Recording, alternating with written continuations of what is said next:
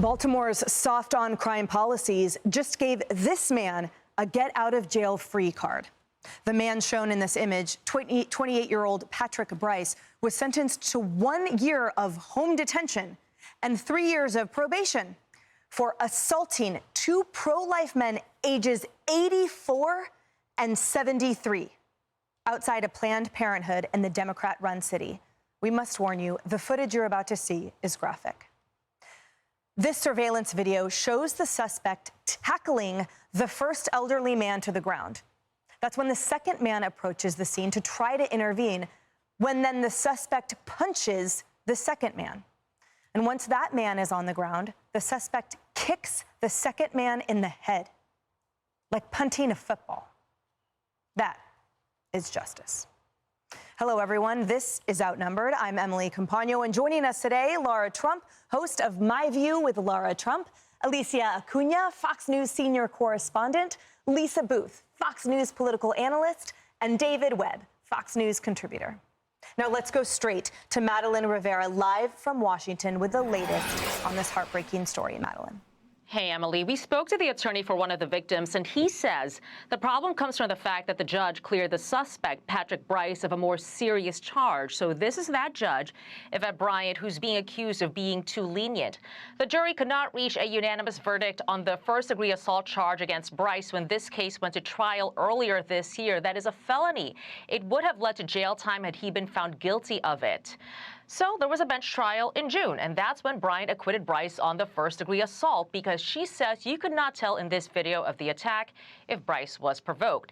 Here's the victim's attorney, Terrell Roberts. That's absolutely incorrect, factually and legally.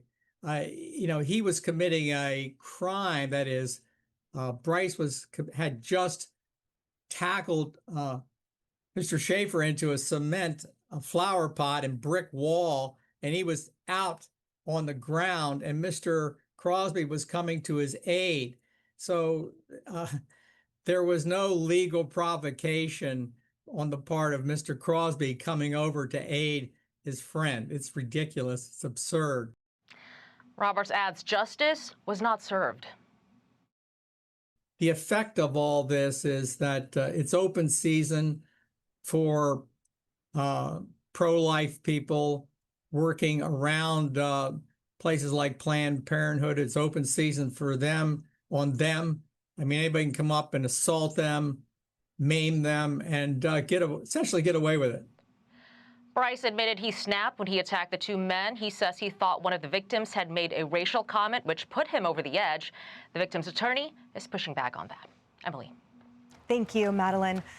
Bringing this conversation out here, David Webb, I find this sickening.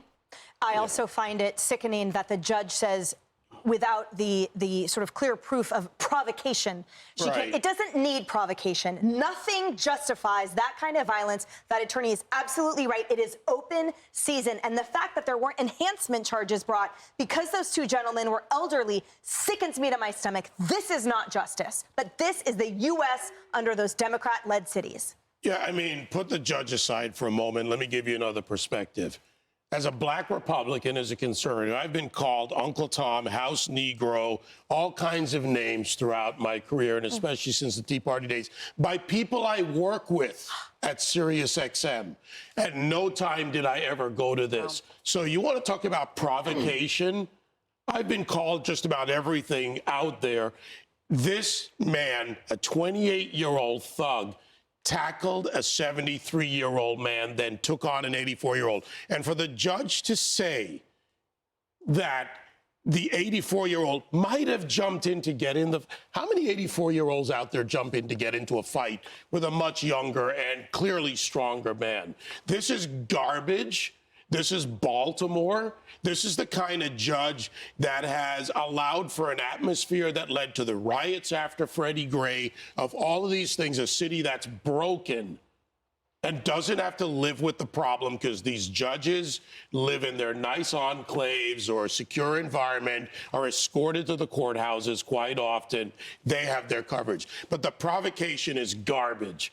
Speaking as a black man who's been called every name, I never turned around and looked at people even that I work in the same company with and thought, let me go ahead and start a fight and take it from there. And Laura, I want to underscore that the victims in this vehemently deny saying anything racially charged, and even the perp admits that he thought he heard something. So those men did not say anything. The whole point is that they were protesting abortions. That was their crime, other than apparently being old on the sidewalk. Nothing justifies this, and nothing justifies the slap on the wrist that this perp got. Yeah, and don't forget, there was a woman, a 78-year-old woman, who was arrested and sentenced to 2 years in prison for what a lot of people say was praying outside an abortion clinic not too long ago. This is not the first time we have seen what feels like activist judges going against conservatives who are out there using their First Amendment right to protest and peacefully do so against something they don't agree with. There is never, to your point, Emily, any justification for anything like this to ever happen. And I hope that people start calling this judge out, because it is because of these judges we have seen what does not feel like equality here in the United States. You can't let this guy off the hook while you have the 78-year-old woman just, a year or so ago who was given 2 years in jail for praying outside an abortion clinic. It doesn't work like that. This is America. We deserve better. That's right. And Lisa, Kayleigh McEnany, our Kayleigh, interviewed those pro-life protesters. We're going to show a few seconds of that if we can pull it up, guys. I'm hoping you could tell me about the conditions, because, to be quite honest, I was shocked when I walked in and we had a conversation off camera about no toilet paper, some of the other supplies that were available. Could you share with me the condition of the prison? Yeah, where I was in Bravo unit, it was actually a unit that had been condemned, and not all of our showers worked. There was backups in the plumbing with sewage coming out. Sometimes the heat wasn't working. Guys were wearing full jackets, parkas, hats, and gloves in the unit, not able to sleep. It was appalling. We went over 2 weeks without toilet paper. And some of the guys mentioned that some of the men who were there with gender dysphoria wearing dresses, they could get mascara, lipstick, and perfume, but we couldn't even get toilet paper or basic needs. So there was a lot of neglect. So let me get this straight. So protesters, peaceful protesters, faith-filled elderly protesters are subjected to not fit for human habitation conditions. And then an absolute thug monster who beats severely 2 elderly men on the sidewalk, one of whom has permanent eye damage, he just gets house arrest. Well, I mean, it's consistent with what we've seen in this country with pro-lifers being punished by the law. I mean, Congressman Chip Roy's office has the numbers. From 1994 to 2024, there are 205 cases against pro-life activists and only 6 against abortion activists under the FACE Act, despite the fact that we saw over 100 pregnancy centers and churches firebombed or attacked after the Dobbs decision, Roe v. Wade, was released. So despite that, you have this unequal application of law.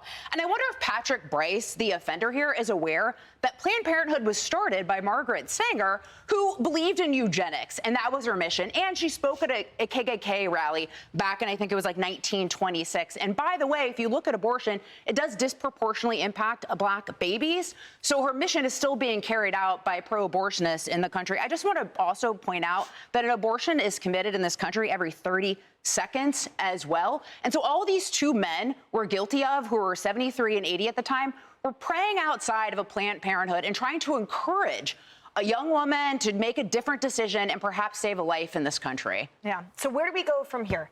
Where do we go from here? Because obviously we have a federal administration that is intent on wiping this kind of stuff out, but they're running into the federalism. So where do we go? Where do these citizens go who actually want to be protected? I think that a lot of Americans right now are watching what the Trump administration is doing with Washington, D.C., because you think about this. When one of the victims, Mark Crosby, got up in the court and he shouted as the judge was leaving, "What about my rights, my well-being?" I think he echoed a sentiment that people have about violent crime in America. And statistically, according to the FBI, they released the numbers this week, violent crime is down. But much like economic numbers, you can throw data at people all day long.